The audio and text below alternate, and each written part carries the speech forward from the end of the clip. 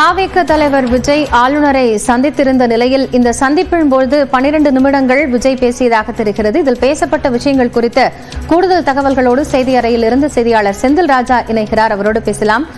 செந்தில், இப்போ இந்த சந்திப்பில் என்ன விஷயங்கள் குறித்து விஜய் வலியுறுத்தி இருந்தார்?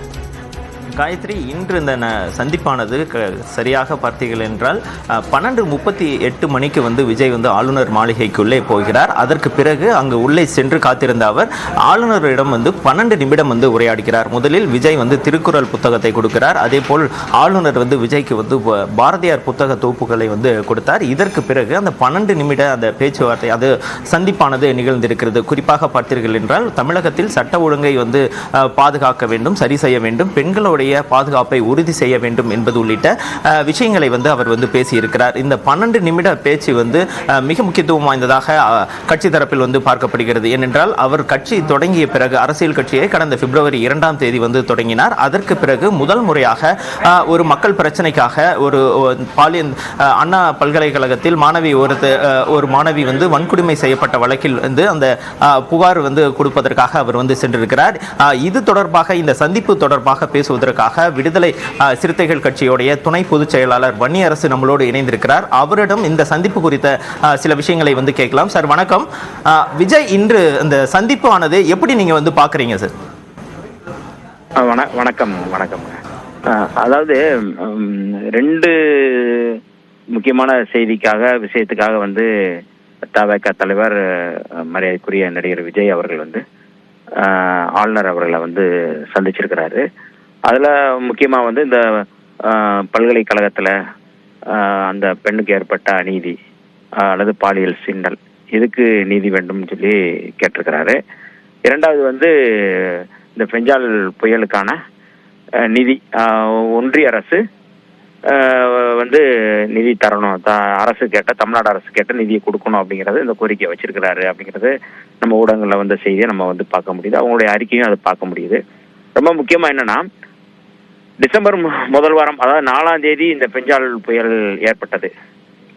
அப்போ தமிழ்நாடு முதலமைச்சர் 2000 கோடி ரூபாய் நிதி வேண்டும் என்று இந்த புயலினுடைய பாதிப்பு வேணும்னு கேட்டாங்க. மத்திய ஒன்றிய அரசு இதை பார்வையிடணும்னு கேட்டாங்க. ஆனால் இதுவரை பார்வையிடவும் இல்லை, அந்த நிதியும் ஒதுக்கலை.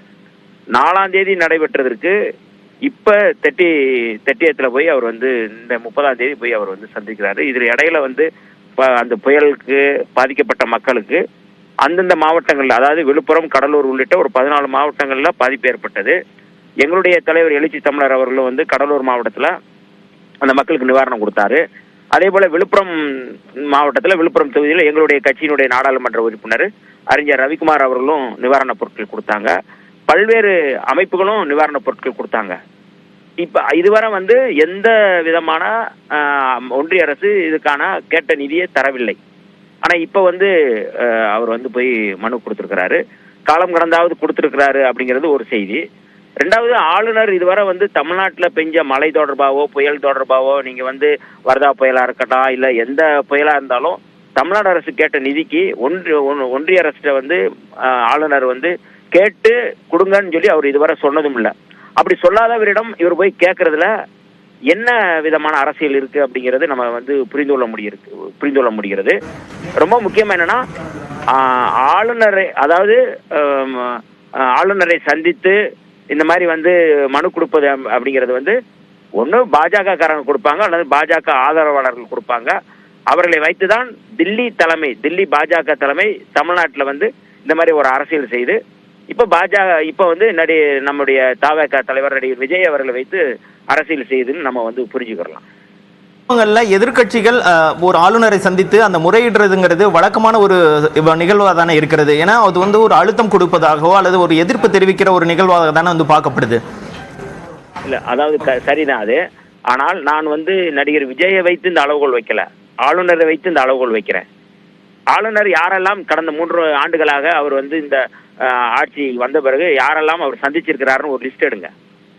ஒன்றும் பாஜக காரர்களை அல்லது RSS காரர்களை, இல்லைன்னா தமிழ்நாட்டு அரசியலில் யாரெல்லாம் திராவிட அரசியலை யார் முன்வைக்கிறார்களோ அவர்களுக்கு தான் அவர் வாய்ப்பு கொடுக்குறாரு, அப்பாயின்மெண்ட் கொடுக்குறாரு, அவரை சந்திக்கிறாரு.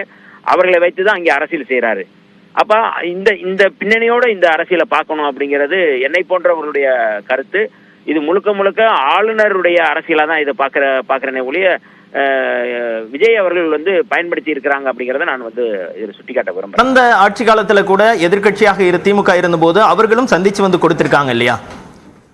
இல்ல, அதுல எந்த மாற்று கருத்தும் இல்லை. அதாவது அந்த அந்த அந்த ஆளுநர் என்ன விதமான அரசியலை முன்னெடுக்கிறார் அப்படிங்கிறத நான் குற்றச்சாட்டு நான் சொல்றேன். நான் ஆளுநர் முழுக்க முழுக்க தமிழ்நாட்டுக்கும் தமிழ்நாட்டு உரிமைகளுக்கும் எதிராக தொடர்ந்து செயல்படுகிறவர். ஐடியாலஜிக்கலாகவே வந்து அவர் வந்து திராவிட அரசியலுக்கு எதிராக இருக்கிறார்.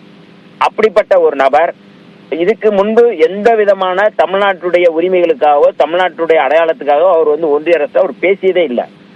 எதிராக அவர் செயல்பட்டிருக்கிறார், திசை திருப்பல் வேலைகளை செஞ்சிருக்கிறாரு. அதான் அப்படிப்பட்ட ஒரு சூழ்நிலை ஆளுநருடைய அரசியல் தான் இதுல இருக்கிறதே ஒழிய நான் விஜய் அரசியலை நான் இதுல வந்து குற்றம் சுமத்தவே இல்லை. ஆளுநர் இதுல வந்து குறிப்பா வந்து கடந்த 2023 ஜனவரி 18 நீங்க வந்து அந்த மல்யுத்த வீராங்கனைகள் இன்னைக்கு வந்து நாடாளுமன்ற உறுப்பினராக இருக்கிறாங்க வினேஷ் போகத், அவரோட சேர்ந்து பஜ்ரங் யூனியா, அதே போல சாக்சி மாலிக், ஓராண்டுக்கு மேலாக அந்த பெண்கள் வந்து குற்றச்சாட்டுல வந்து பாலியல் சீண்டல் நடந்திருக்கு, பாலியல் குற்றச்சாட்டு இருக்குன்னு சொல்லி யார் மேல குற்றச்சாட்டு? பாஜகவினுடைய எம்பி மீது குற்றச்சாட்டு. அந்த சம்மேளனத்துறை தலைவராக இருக்கக்கூடியவருடைய அவர் மீது குற்றச்சாட்டு வந்தது. பிரிஜி சிங் பூஷன் நினைக்கிறேன். அவருடைய அவர் தான் இதை செஞ்சிருக்கிறாரு, அவர் மேல நடவடிக்கை எடுக்கணும்னு சொல்லி. ஆனா பாஜகவினர் இதை எதையுமே செய்யல. இன்னைக்கு வரை நீதி கிடைக்கவில்லை. இன்னைக்கு வரை நீதி கிடைக்கல. இதுல நடவடிக்கையே எடுக்காத பாஜக இதுல வந்து இந்த பாலியல் குற்றச்சாட்டு தொடர்பாக கைது செய்யப்பட்டிருக்கிறாங்க. தமிழ்நாடு காவல்துறை கைது செஞ்சிருக்கு. யாருன்னு அடையாளம் காட்டியிருக்கு. இவ்வளவு நடந்ததற்கு பிறகும் இதுக்கு பின்னாடி இருக்கிற அரசியல் என்ன அப்படிங்கறத நம்ம வந்து கேட்க வேண்டிய கேள்வியா இருக்கு. சார், உங்களுடைய கருத்துக்கு வந்து மிக நன்றி.